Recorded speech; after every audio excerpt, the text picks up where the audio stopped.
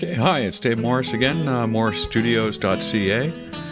This little video is going to be very technical. It has to do with color space. Yes, that terrible thing, color space, also ICC profiles. So let's just get into it first. And what I'm showing you here is actually the color space. They kind of do a 3D representation to show color space that you get. And now first, the reason we're going through this is because color space is enormously important when you talk digital and photos. Because unlike film, which basically you always had all the colors because it was film, now with digital, every time you open your photograph, you do something to the color. And it asks all kinds of questions that nobody knows anything about. So I'm going to help you out just a little bit. Okay. sRGB color space is the default color space for all digital color. It's a very bad color space. There's a big history to why there's a color space. You can probably listen to some of my podcasts. We'll get into it there. But it's too long and drawn out to do here. But sRGB color space is very small. Here's the 3D representation. To quickly go ahead and show you a better color space, let's show you Adobe RGB. And now it grows and you get that much more color. Okay, so let's just set this to comparison and bring this across to sRGB. And there you go. All the white area is what you lose every time you open a file, and it's open in sRGB color space. And once the file is stripped of that color, it's gone. It doesn't ever come back. So it's a very bad thing, especially considering now we're kind of in the springtime, and greens is the big place it gets clipped. So all those beautiful greens you're seeing and you're out there taking some photographs. Well, if you shoot with your camera, we're going to start at the camera. If you shoot with your camera and you shoot JPEG files, by default, your camera is set to sRGB. So the very first thing that happens every time you take a picture is all your greens disappear. You don't know they disappear. They just do disappear. And you're left with a very limited amount of greens. So the very first thing that I want you to do is run to your digital camera and immediately reset the color space in your digital camera to Adobe RGB. They all have it. By default, it is sRGB, but what you want is the Adobe RGB. And then you'll get much more in your green colors, which would be nice considering you want to see green. Okay, so that's step one. Step two is if you open any of your files in Adobe Photoshop, Apple Aperture, probably Lightroom, Adobe Lightroom, I'm going to assume Elements.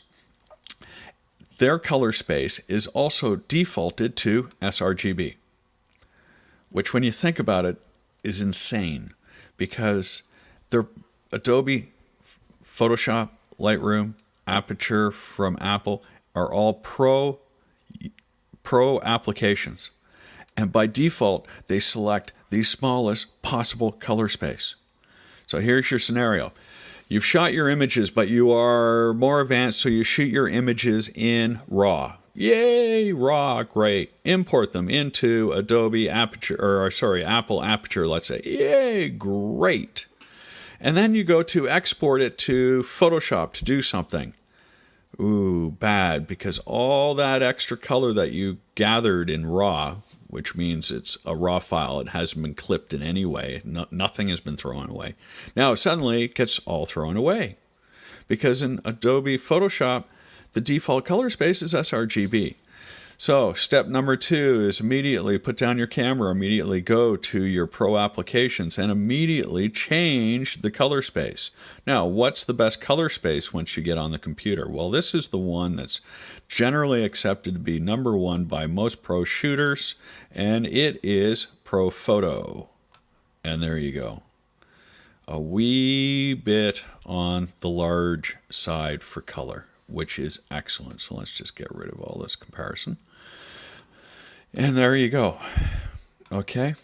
Now we want to stay in RGB. There's no question. In Photoshop, you'll see that you have a CMYK thing. We'll just quickly go to CMYK and see how small CMYK is for color. So don't ever do anything in CMYK. Even if you look at your printer and the inks come as CMYK inks, do not convert your image ever to CMYK. The only time you use CMYK is if you're sending your stuff to a pro printer, like as in a catalog printer. Okay? Never CMYK. Generally speaking, the only people that convert to CMYK are the people that know they have to convert to CMYK. How's that? That's the easier way to say it. Okay, so let's just hold this for comparison. This is the RGB Pro Photo Color Space, and now we'll do that. Boom. See how much more color you have available?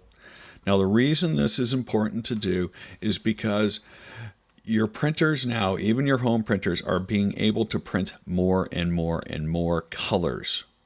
Mostly because now they handle, 62 different ink wells that you constantly have to replace.